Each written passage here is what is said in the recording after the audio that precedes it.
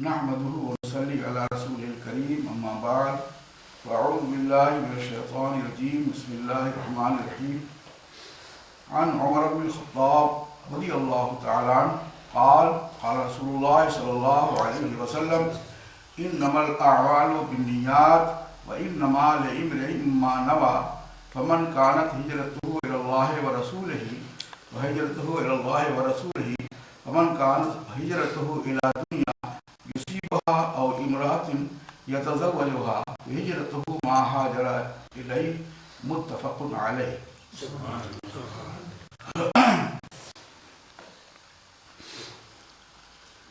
پہلے آپ اس حدیث مبارکہ کی ترجمہ سن لیجیے. یہ حدیث مبارکہ حضرت عمر بن خطاب رضی اللہ تعالیٰ عنہ سے مروی ہے. انہوں نے کہا کہ آقا صلی اللہ علیہ وسلم نے ارشاد فرمایا انما الاعمال بالنیات، عمل کا دار و مدار نیت پر ہے. فمن کا وانما لامرئ ما نوى، اس شخص کے لیے، آدمی کے لیے وہی ہے جو اس نے نیت کی. فمن کانت ہجرتہ الی اللہ ورسولہ، بس جس کی ہجرت اللہ اور اس کے رسول کے لیے ہے. فہجرتہ الی اللہ ورسولہ، تو اس کی ہجرت اللہ اور اس کے رسول کے لیے ہے. فمن کانت ہجرتہ الی دنیا، اور جس کی ہجرت دنیا واسطے ہے. یصیبہا، یہاں یصیبہا کے معنی ہے یحصلہا، تو وہی حاصل کرے گا وہ. اور امرأۃ یتزوجہا، اور عورت کی وجہ سے اگر اس نے ہجرت کی ہے تو اس سے شادی کرے گا. فہجرتہ ما ہاجر الیہ، پس اس کی ہجرت اسی کی طرف ہے جس کی طرف اس نے ہجرت کی. یہ کتاب الایمان سے پہلے ہے مشکوٰۃ شریف میں، اور بخاری شریف میں حضرت عبداللہ اسماعیل بخاری نے اس کو کیف کان بدء الوحی کے بیان میں بیان کیا ہے. یعنی حدیث کی ابتدا انہوں نے بھی جہاں سے شروع کی ہے اس سے پہلے اس حدیث مبارکہ کو بیان کیا ہے. انہوں نے، صاحب مشکوٰۃ نے حضرت عمر بن الخطاب سے وہیں سے شروع کر دیا ہے، اور انہوں نے اس کا لحاظ کیا ہے کہ میں نے جس سے سنا وہ کون ہے. تو حضرت امام بخاری کہتے ہیں کہ میں نے سنا حدثنا الحمیدی، میں نے سنا حمیدی عبداللہ ابن زبیر سے. انہوں نے کہا کہ ہم نے حدیث سنی سفیان سے. انہوں نے کہا کہ حدیث سنی ہم نے یحییٰ ابن سعید انصاری سے. وہ فرماتے ہیں کہ خبر دی مجھ کو محمد ابن ابراہیم تیمی نے. انہوں نے کہا کہ انہو سمع، بے شک انہوں نے سنا علقمہ بن وقاص لیسی سے. وہ فرماتے ہیں کہ میں نے سنا، یعنی بالکل سامنے سننے کی بات ہے، میں نے سنا عمر ابن خطاب رضی اللہ تعالیٰ عنہ سے علی المنبر. پوری کیفیت بیان کر دی. یہاں اس میں حدیث مبارکہ میں مشکوٰۃ کی حدیث میں کیفیت بیان نہیں کی گئی ہے. اور یہاں آخری راوی حضرت علقمہ بن وقاص لیسی ہے. وہ کہتے ہیں کہ میں نے عمر بن خطاب سے منبر پر، یعنی منبر رسول پر تشریف لے گئے، وہاں بیان کیا اور کہا انہوں نے کہ میں نے سنا. سمعت، تو عمر بن خطاب نے کیا کہا؟ میں نے سنا اللہ کے رسول صلی اللہ علیہ وسلم سے وہ فرما رہے تھے انما الاعمال بالنیات. میں ایک اصول بتاؤں اس سلسلے میں یاد رکھیں. جمہور محدثین اس حدیث کی روایت کے سلسلے میں متفق ہے.